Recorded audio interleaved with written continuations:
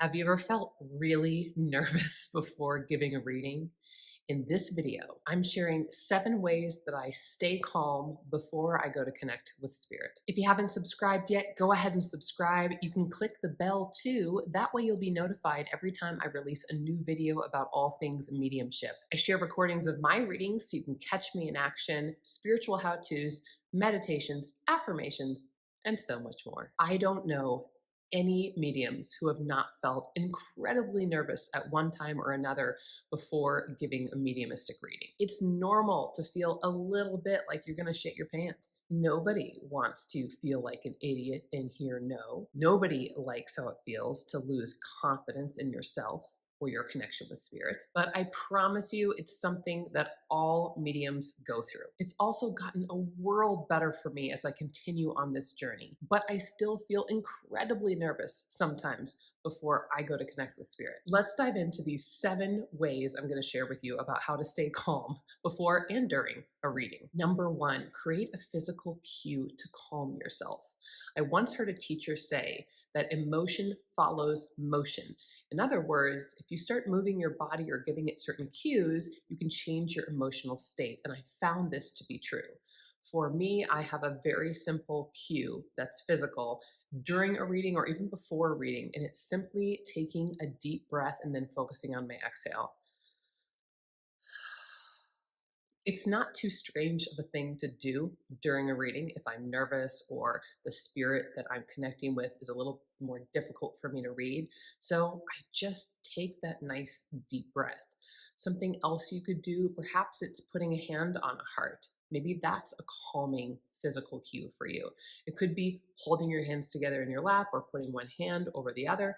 Most important aspect of this is some kind of physical cue you can give yourself that helps your body to relax. And don't forget, you can program this cue. I can say to myself, when I take that deep breath and I exhale, my body relaxes and my mind opens. Number 2, meditate or sit in the power. When I'm really nervous for a reading, I almost always take at least a couple minutes to meditate or sit in the power. Now, for me, usually it is sitting in the power and really focusing on blending my energy with the spirit world so that I can sit in the power and feel that blending and know that my vibration is high and I'm ready to go.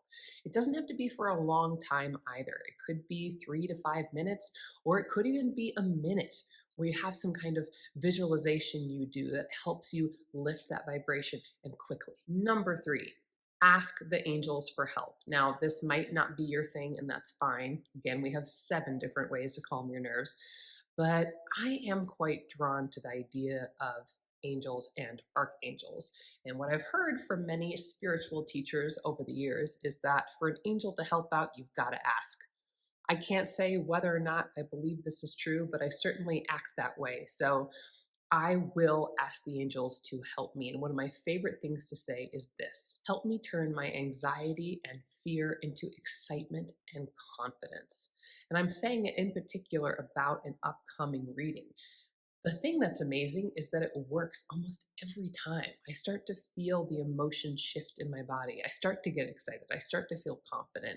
And I put that fear behind me as much as I can. Number 4, use the power of intention.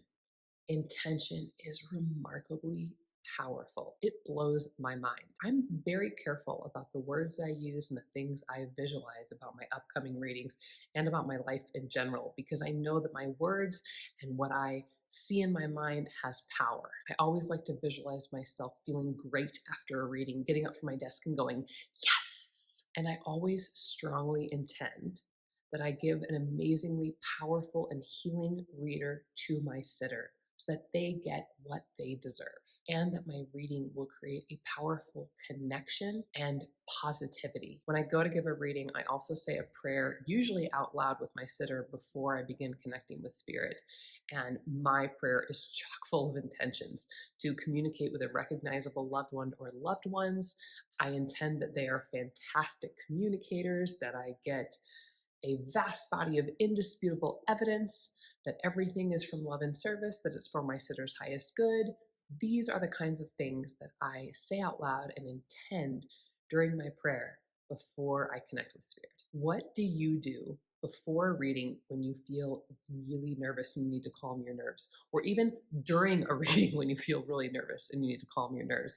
Go ahead, comment below. Number 5, educate your sitter before you begin your reading. I make sure before I start a reading that my sitter has an understanding generally of how mediumship works so that we both feel like we're put at ease, especially because a lot of sitters come to readings really nervous. They're hoping that their loved one will come through. They're hoping that their questions get answered. They're hoping that it will be a positive experience. And they're nervous about it. There are so many misconceptions about mediumship. A lot of people think speaking to a spirit is like sitting and chatting with an incarnated person, that it's that clear. It's not. It's much more subtle. And it's easy to slightly misinterpret things from time to time. Letting your sitter know more about the process and what they can expect can help both of you relax. 6, check whether or not you are in an energetic, receptive state. Now, what do I mean by that? We have to be energetically receptive to go ahead and receive communication from a spirit. So there's 2 different states that I describe to help myself and my students understand whether or not they are energetically receptive to spiritual information. One is a receiving state and one is a reaching state. Now, hopefully you can already tell which one is the better state to be in to communicate with the spirit. Receiving. I picture this as leaning back, being relaxed, and I even visualize the thoughts from a spirit coming to me, just floating right into my mind. A reaching state is more like grasping for that information from spirit, desperately wanting the next spiritual impression. And I'm sure you can guess which one is more effective. Mediumship becomes so elusive when you try to take control instead of being connected to spirit in the moment and expanding your awareness. The way to receive spiritual impressions as accurately as possible is to be in that receiving state where you are leaning back energetically speaking and not reaching forward and grasping.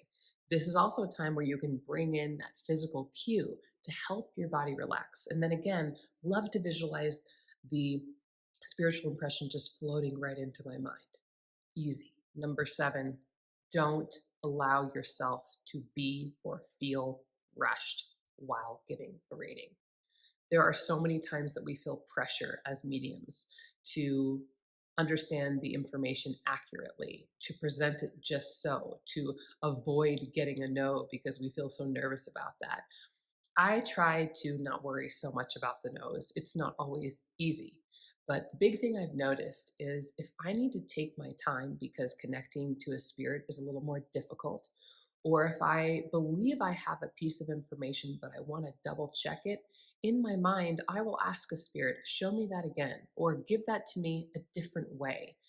This helps me to take my time to double check my evidence before I share it with my sitter, and just to refuse to allow myself to be rushed. In fact, when I start a reading, after I say my prayer, I practice a little breathing ritual where, with every inhale and exhale, I light up each of my chakras. But first, I start with an energetic bubble protecting my nervous system and my energy. Then I light up my root chakra, my sacral chakra, my solar plexus, my heart chakra, throat chakra, third eye, and finally crown. And with each of those, I feel my awareness expanded with the clair that is associated with each of those chakras.